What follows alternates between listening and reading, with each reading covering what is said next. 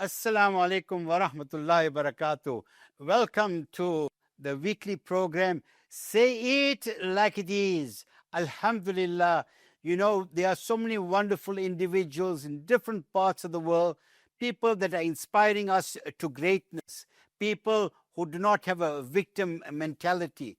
And I like to believe that each of the people that I speak to inspires you and makes you and confronts you rather in terms about who you are and what difference you want to make.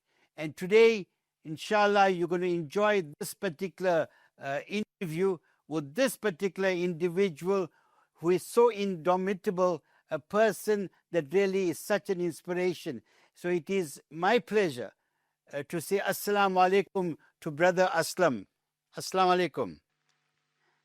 Wa alaikum salam wa rahmatullahi wa barakatuh, Idris. Thank you for having me on your show. Alhamdulillah, you have such an endearing smile, So we are connecting, inshallah. Aslam, I want to start at the very beginning.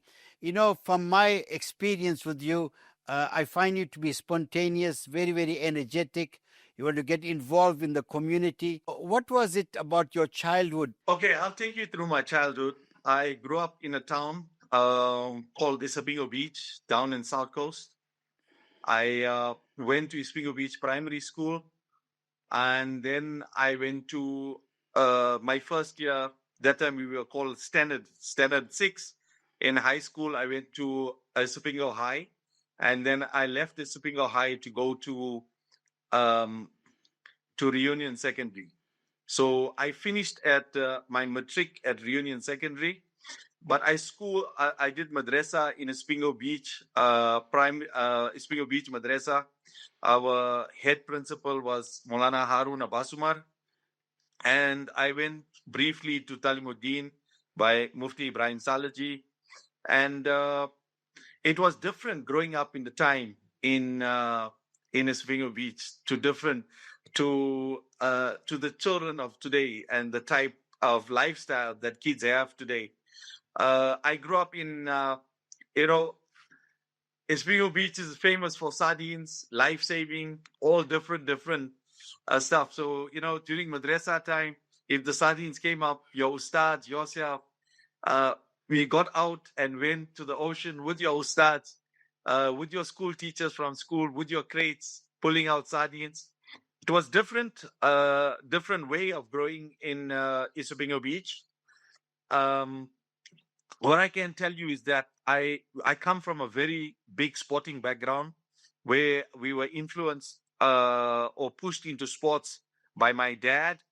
My father they lived in Isabingo Beach for up to about 50 years, a pioneer of Isabingo Beach. And we did many sports. Like I swam for South Africa for breaststroke. I was a gold medalist. We swam together with Penny Haynes. And then I became world champion for kickboxing. Karate and kickboxing was in our blood. It came over generations. My dad did it for 80 years till he passed on last year. And us as a small child, from 18-month-old baby, we started crawling and walking in the kickboxing club in Isabingo Beach. So it was my father should sit. I lived on Tiger Rocks Road. So my father should sit on a balcony with his binoculars and watch us surf, swim, everything in the ocean. So a very different lifestyle to today's lifestyle. Yeah, you might know my cousin Yunus Ahmad. You remember Yunus Ahmad? Yunus Ahmad, yes. Yeah, he was also into surfing and all of that. Shame he's not well at all. Remember him in your prayers, just make dua for him, inshallah. Yeah. So now, so it's quite clear. I mean, did you play the sports reluctantly? Was it something your father inspired you to do? What was it?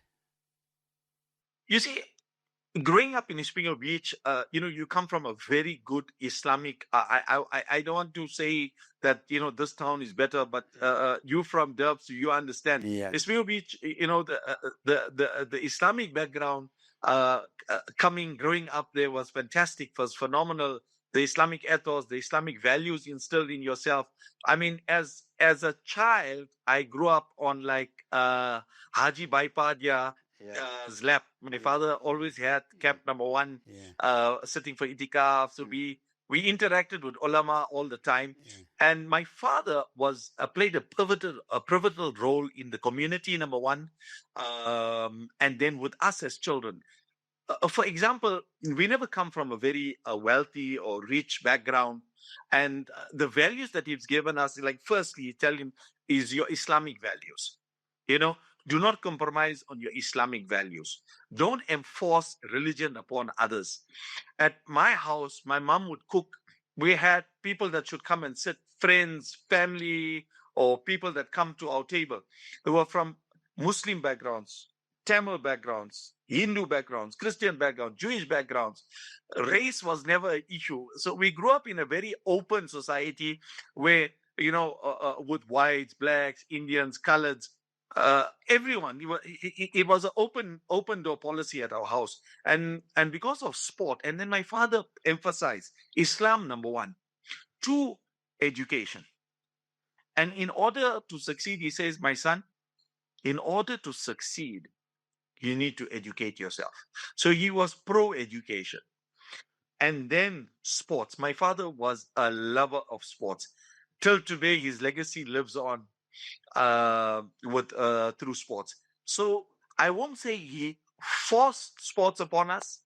Within my brothers, my sisters, all of us, it was a generation of sports from his grandfather to his dad, then him, and he brought sports into our lives. So he gave us like a package. And I would say he passed away last year on the 11th of July.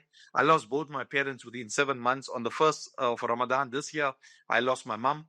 But he really played a pivotal role when it came to sports. He constantly told us, son, don't be a jack of all trades in sports and a master of none. Choose a sport which you like. I was swimming at that time. I was throwing javelin for Natal. I was in the life-saving club. I was a karate SA champion.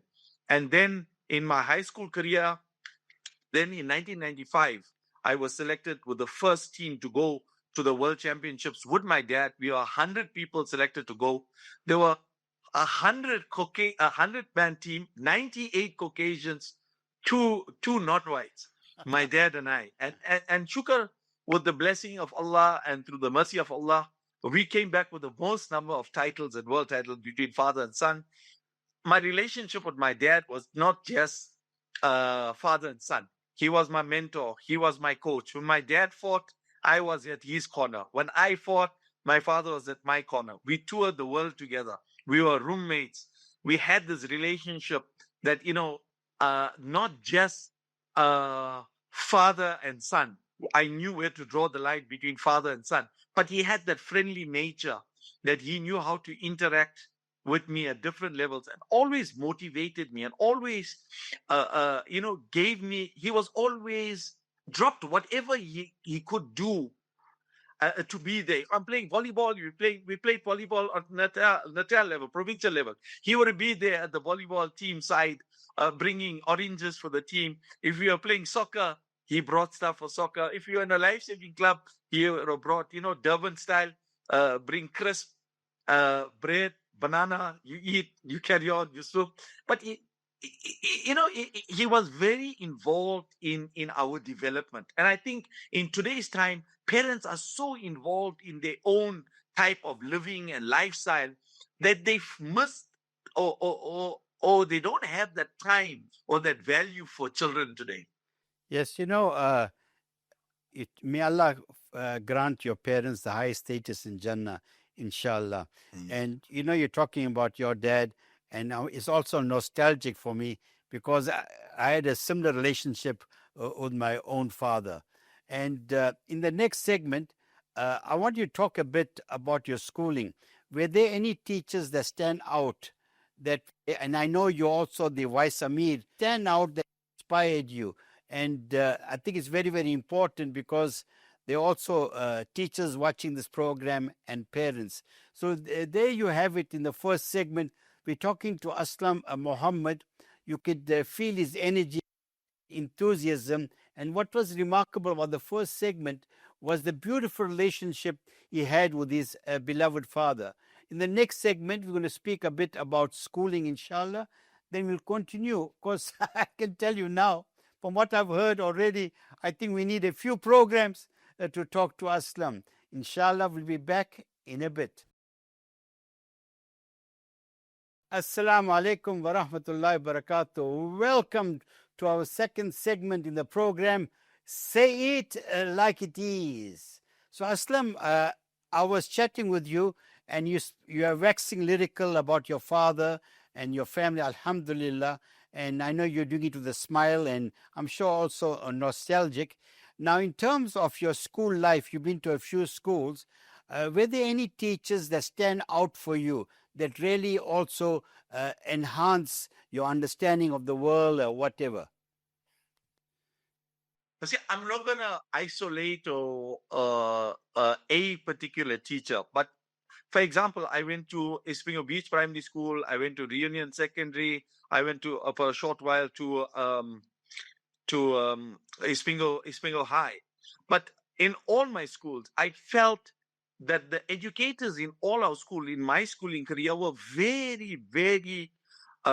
They played a big role in motivating us, all learners.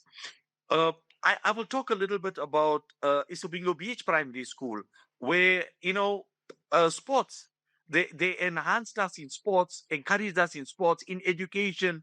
The teachers were sitting on top of you all the time. If you look at the motivation of those days teachers, I would no disrespect to the educators of today, but the motivation and the caliber of those educators were on the next level.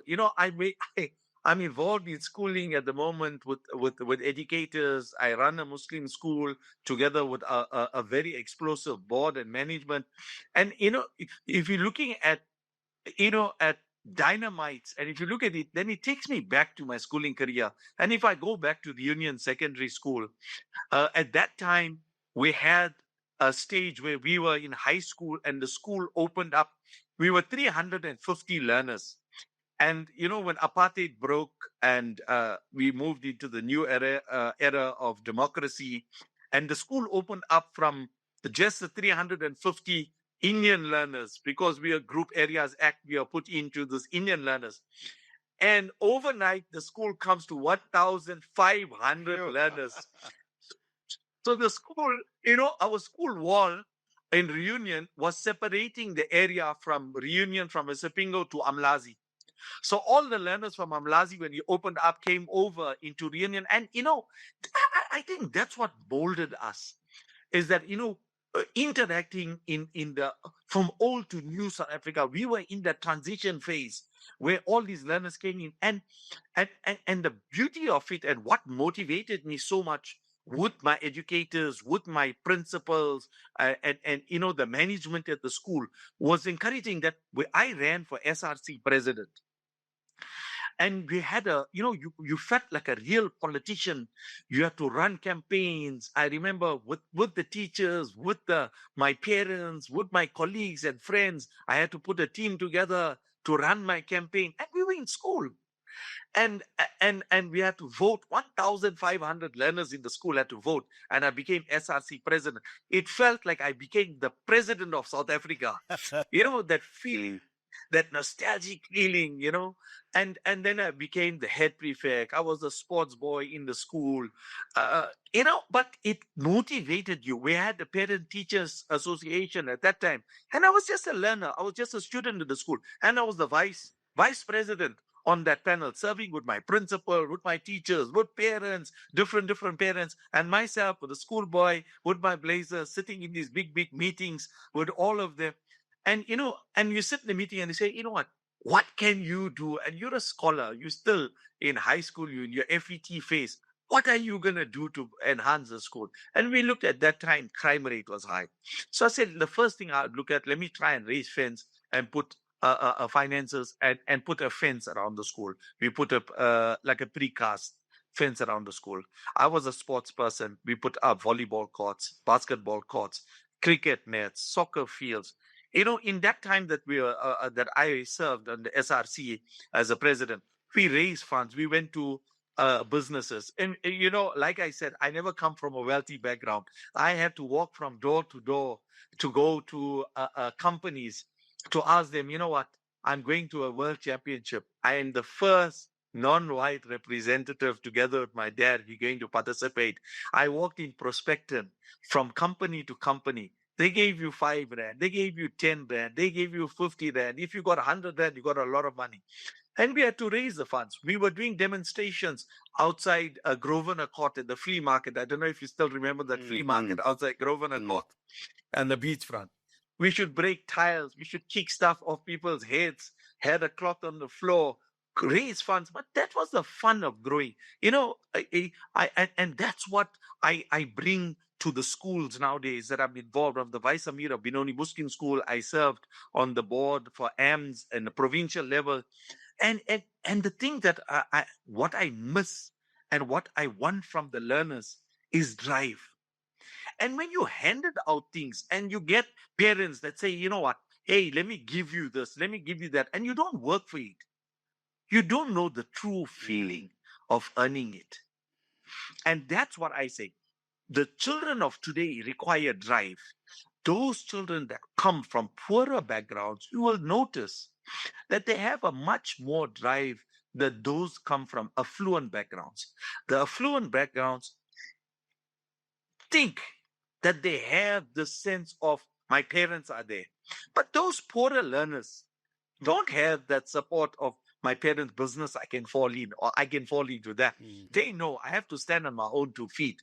And that's the mindset that I bring to this independent school like Benoni Muslim schools or whichever other brother or sister schools, is that and this is when I first came into the school, we asked the learners, hey, pick up your hands. How many of you want to go to university? Some of the girls, nah, I'm going to get married. I'm going to go into my parents' business. What's the use of studying? And then I take, what do you do as Muslim females?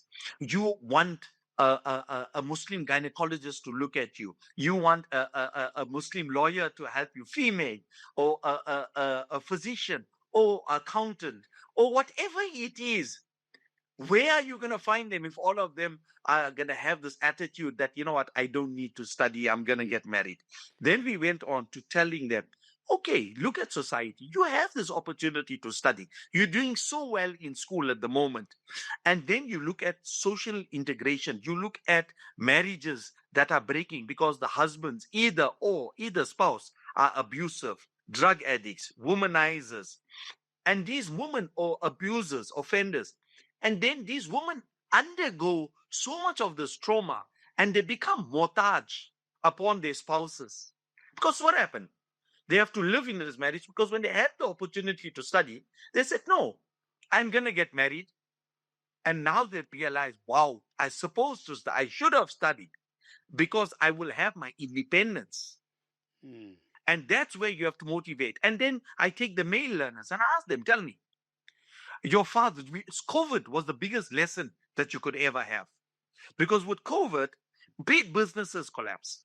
So I asked them, tell me, if your parents' big business collapse and you are reliant of just getting into your parents' business, I'm not saying don't go into your parents' business, but go with a mindset, go with the extra knowledge, go with that education so you can enhance that business. Don't become a burden to that business.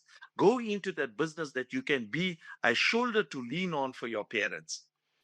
So, So that is the type of message I look at getting to the youngsters of today.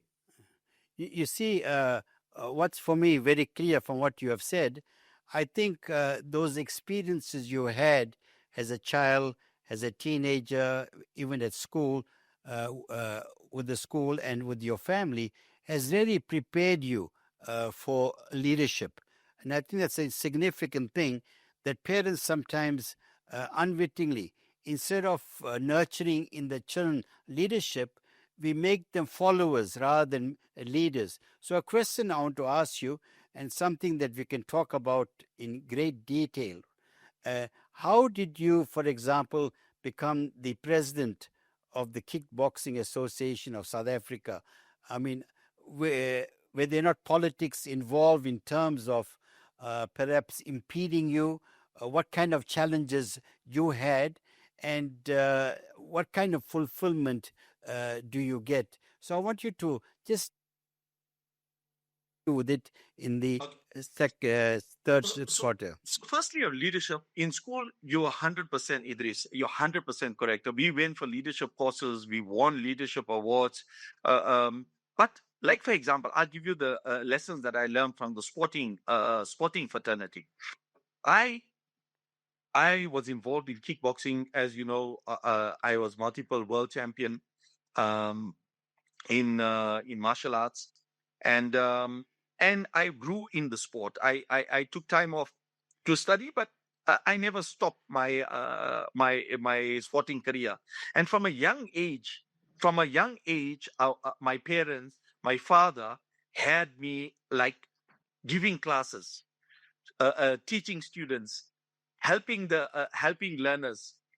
So that gave me that confidence that, you know what, you can stand in front, you can talk to 1,000 people, 2,000 people. That wasn't a problem. you know and when we came in, and from a political point of view, kickboxing was a majority Caucasian sport. There were people that were from the poorer backgrounds, that never do the sport. They did the sport, but they weren't, how I can say, influential in the sport. And then I looked at the gap, and we had a very good president. He led kickboxing for 20 years. He's President Pat Carney. He was from the old army, brought in kickboxing via Aslam, federation. I want to stop you there for a moment. We're going into the third segment. Time is going so fast, and inshallah, you'll continue. So, Alhamdulillah, we're listening to Aslam Mohammed, the president of the Kickboxing Association in South Africa. He wears many, many hats. And now that I know that he's an expert in martial arts, man, I'm not going to interfere with him. Inshallah, we'll be back in a bit. Assalamu alaikum wa rahmatullahi wa barakatuh. Yes, this program, Say It Like It Is. And if there are individuals that are watching in South Africa or other parts of the world, and you believe you have a story to tell, please contact us, and I'll be only too happy to interview you. We are talking to Aslam Mohammed, the president of the Kickboxing Association of South Africa, who's sharing with us the things that have shaped him, his school life, the life with his parents. And we're talking a bit now about kickboxing and the politics and whatever challenges he might have had, and how he's able to transcend those challenges. Aslam, is all left to you. Okay. To continue, what happened was that in the president, who was the president of kickboxing for 20 years in South Africa, did an excellent job, President Pat Carney. And I worked very closely with him, to learn, to adopt certain things, and I became basically his right hand in the sporting fraternity. And as you know, transformation in sport is a major thing, and we needed to go to the Olympic Committee, and President Pat Carney served for many years, and we needed a transformed body. And so he looked at different candidates, and we went in, and then we went into an election. So like any other election, I had to canvass, I had to go in, and I won the elections in 2022 to become the president of the South African Kickboxing Association. However, I had to re-adopt or bring in a new constitution that was for a fully transformed body. When I use the word transformation, I hate just to say the word transformation like it is. I believe in sport there must be equality to everyone. When I say transformation, I don't mean if an athlete, a Caucasian comes out first or second, and then you tell them you remove yourself and then you put in a person of color. No. My form of transformation is that transformation doesn't have to do only with race. Transformation does with gender, transformation with disabilities, All those different things factor into transformation. So I put in together a transformed board of different categories, and I put in a board and we went in. So Alhamdulillah, in 2022 I won the elections. The next elections is in 2026. But before that, in 2019, the kickboxing international fraternity has seen something in me from previous meetings, and they asked me would I assist them, because they were applying to the Olympic Committee, the International Olympic Committee, for recognition for kickboxing, WACO kickboxing at the International Olympic Committee. So they gave me some tasks to do within Africa itself, not just South Africa, but within Africa. And I completed those tasks, and they were happy. And I was interacting at that time with the WACO Africa president, wonderful man, served for many years as president. He was President Emmanuel Esesima from Cameroon. So I worked with him, I liaised with him, and we had a good transition in 2019. We Because Africa was the problem child to get into the Olympics because of development, and we the richest with resources but the poorest in finances. That is Africa for you. I always maintain one thing, that Africa, we are the richest. I mean, how our resources are going, that's another topic to discuss. But what I'm saying is that talent wise, we have strength, we have the talent, but we don't have the opportunities. That's where the problem comes in Africa. So in 2019, I worked together with the International Federation, and we've got into the IOC, into the Olympics. And at the same time, we had elections in Africa for presidency. So before I became the South African president, in 2019, I became the WACO Africa continental president. So that means the entire continent um, was basically mine and my board's baby. I put a board together, and we're really progressing in Africa. We're doing very well. Finances are an issue in Africa. However, it was a good step for me because I started off like in the deep end, running the entire continent before running your own national structure. But my I owe a lot to my mentor in sports. Before that, I had the likes of Sam Ramsamy. Now, Sam Ramsamy and my dad worked together for, they were struggle veterans. And Uncle Sam took me like a child. He helped me.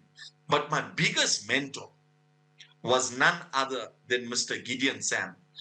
President Gideon Sam is now retired. Taken his seat was taken over by President Barry Hendricks, who was the current president of SASCOC.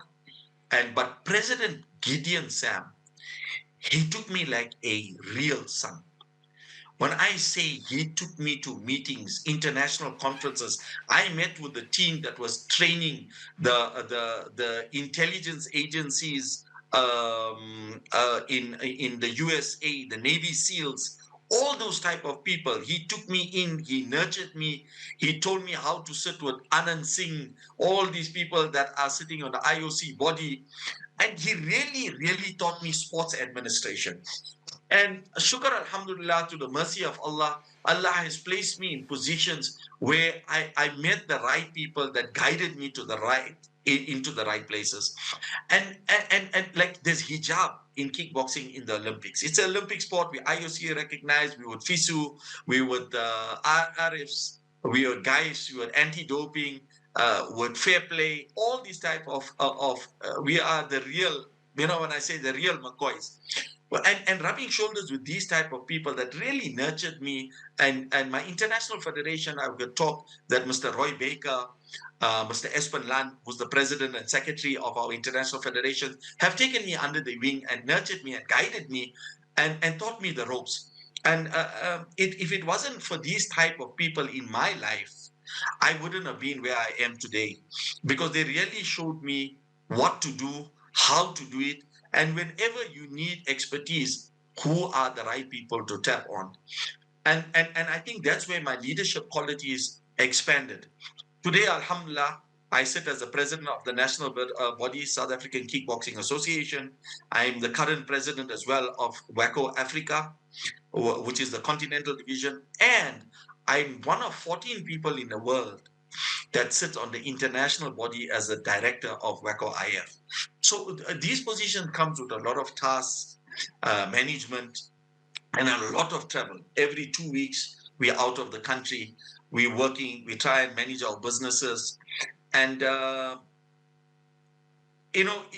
this type of sports teach you management. They teach you time management. They teach you every type of aspect that you can go forward with. Yeah, it's so interesting, the stories that you are sharing. And in terms of the world body and your involvement, how receptive were they in terms of who you are and the things that you've been sharing with them? Because I think from what I know of you, that you will not hesitate to point people if there's something is wrong, you're unhappy with something. How receptive, right? And so, I mean, how was there some challenges in that way?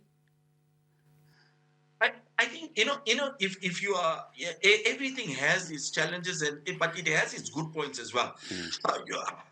Like you pointed out correctly, Idris, I'm not a person that will just yes sir and just carry on. I'm a person, if I feel that the point is not right, I will make myself heard, but obviously via the right channels. I'm not basically I'm no person's yes man.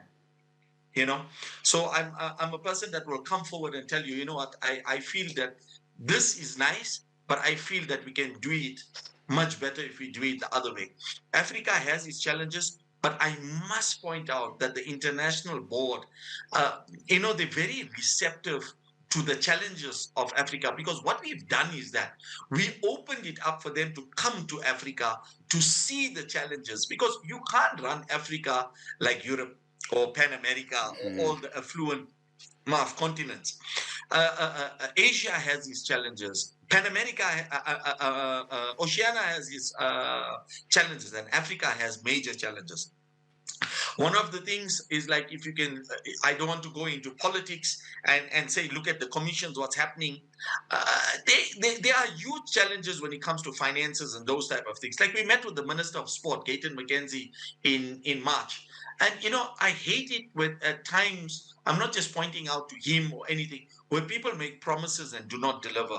And, and that's the saddest part, because we are working all pro bono. We're not working for any financial gains or anything like this. Our job is to enhance our country, enhance the communities, enhance our continent, and enhance humanity.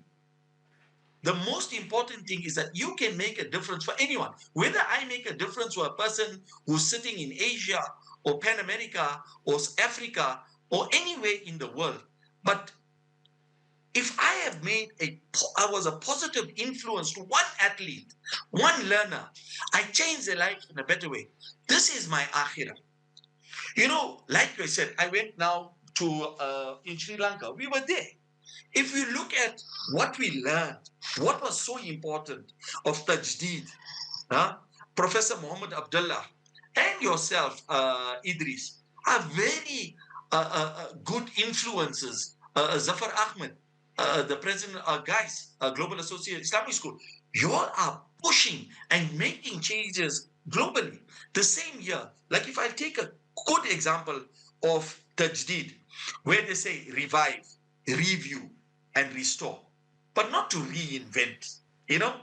We need, that is the most important thing that we need to work is on tarbiyah, tajdeed, all these type of things. And that we need to start from ourselves. Because you don't go and impose religion on anyone. You respect Islam. What's the meaning of Islam? Peace. Respect everybody. And that is the thing, that if you show a person, I'm a good Muslim, people would say, look at this. What's about this religion? And that's where we short in good Muslim leaders. Because what happens, they succumb to the West at times. Okay. If you know Aslam, is such a pivotal point. We'll have to continue with it in the last segment. My beloved brothers, you're listening to Aslam Mahomed. You could feel his passion and energy, right? Inshallah, I hope you are inspired as I am. You are watching the program Say It Like It Is, and we're back in a minute for the last segment. Assalamu alaikum wa rahmatullahi wa barakatuh. You're watching the program Say It Like It Is. And this is the last segment. We're talking to Aslam Mahomed, a very inspirational and dynamic individual, a person with many, many hats. Indeed, I have no doubt that the people he interacts with feel inspired. And I hope you too are inspired. So, Aslam, yeah, you were chatting about Sri Lanka and about revival. And so this last segment is all yours. Okay. So, the most important thing is about being good leaders. Now, the importance is that being good leaders and being good Muslim leaders, we have good leaders all over the world. But what is it that we are short of is good Muslim leaders. Because what happens? You go into these different meetings. I mean, I sat and ate in the parliament in Hungary. We ate. We go to ministers. We meet with country presidents. We meet. Now I just come from Egypt. We meet with the sports ministry. We meet with the people from all Africa Games, all these type of high profile people. But the most important thing is that as a Muslim, yes, Aslam Mahomed is here. Idris Khamisa is here. All these people, once they are dead and gone, where's the next generation? How do we develop the next generation? The thing is that we cannot have leaders that you train, you bring them. But when you come to the West, you succumb to the West. When I say succumb, I'm not saying the West is wrong, but you have an identity. You need to know what is halal, what is haram. Because a person is eating haram or drinking alcohol, do I need to just to be on the good side of that person? I must take a little bit of alcohol. I must delay my salah. I mustn't worry about my salah. These are things that you need to be.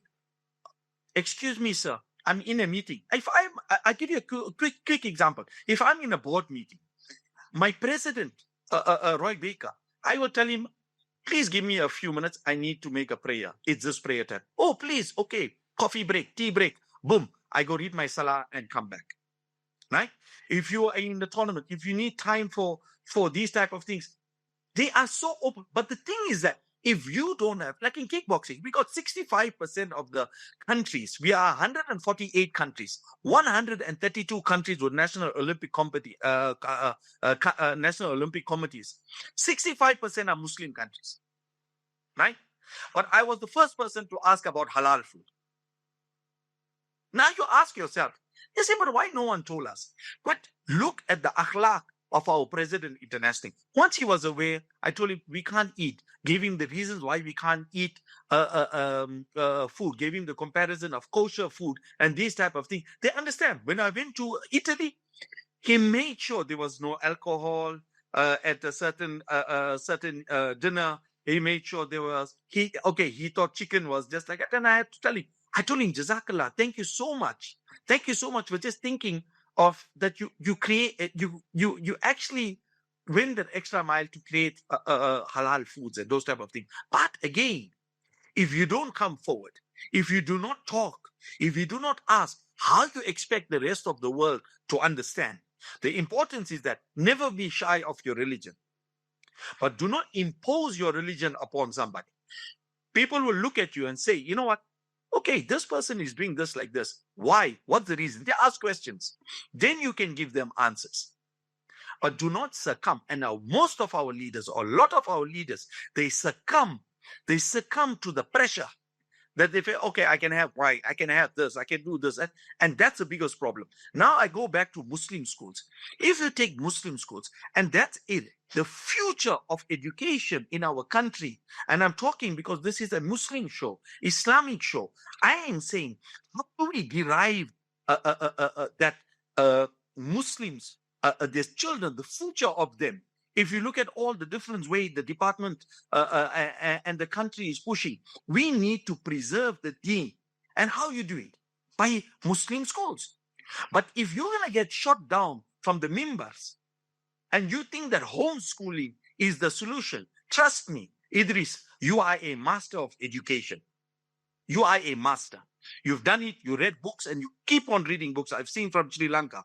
And if you think that homeschooling is a shortcut and it's the way of education for these learners, it's only there to make the parent feel good, the learner feel good, but take them and put them into a real schooling environment. What are you creating? You're creating an introvert. You're creating a child that cannot integrate into society. A child that when they go to university, they are lost. And what happens? These homeschools are just giving marks so parents feel good.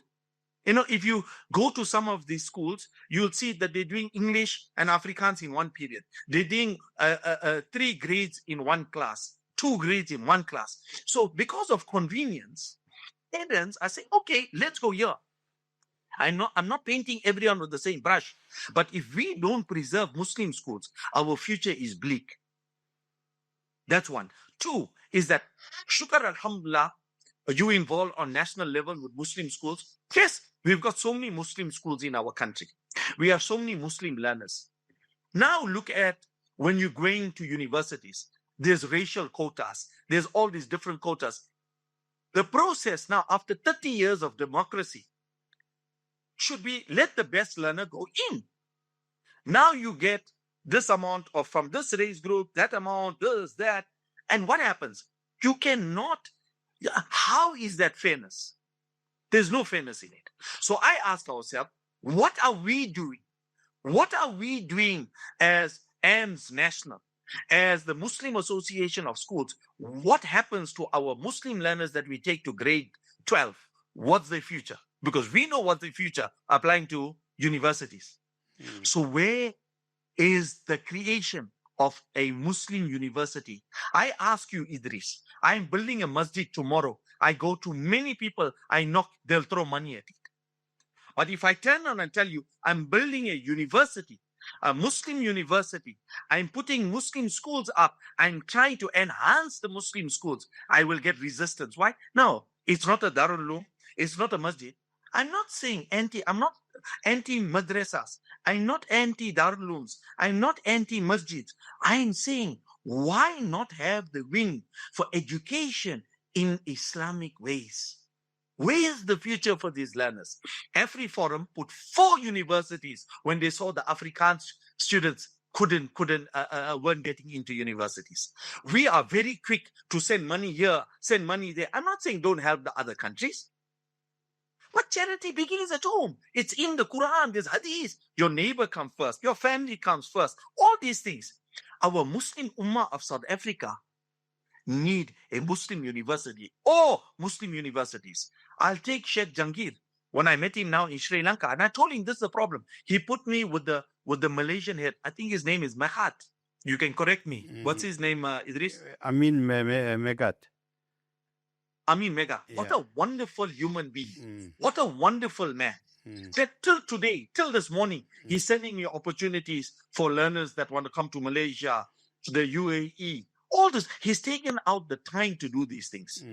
Now, what I'm saying is that what are we going to do for the future of education for these type of learners?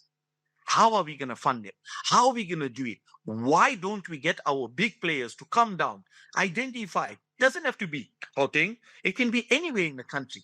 But let's grow education. Let's work. Let's have the whole holistic approach between education, Islamiyat, and your sports. Look at the type of sports people. I'll give you an example of my son Ahmed.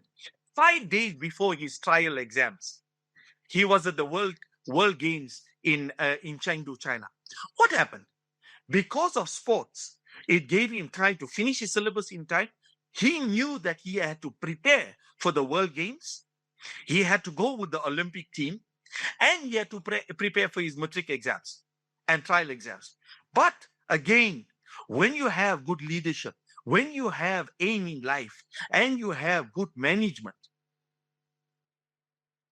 the world is your playground. Yeah, you see, Aslam, I have no doubt. I have no doubt that someone listening to you would endorse your particular sentiments. And perhaps you need to form a committee of like minded people and look at that university. You know, when I was in Malaysia, with Allah's blessing, I managed to give a talk at the Al Bukhari University. That's about 5 hours drive from Kuala Lumpur. We flew down there, and this particular family, you will not believe it, they have this Al Bukhari University. They've got students from 61 countries, 61 countries, 3,000 students. Not one of them pays any fees. And not only that, that particular family promises you a job when you qualify there. So it can be done. When you have noble, objectives, a noble vision, it can happen. Now, one message before I call this program in, one message from you. Last message. Think about it deeply.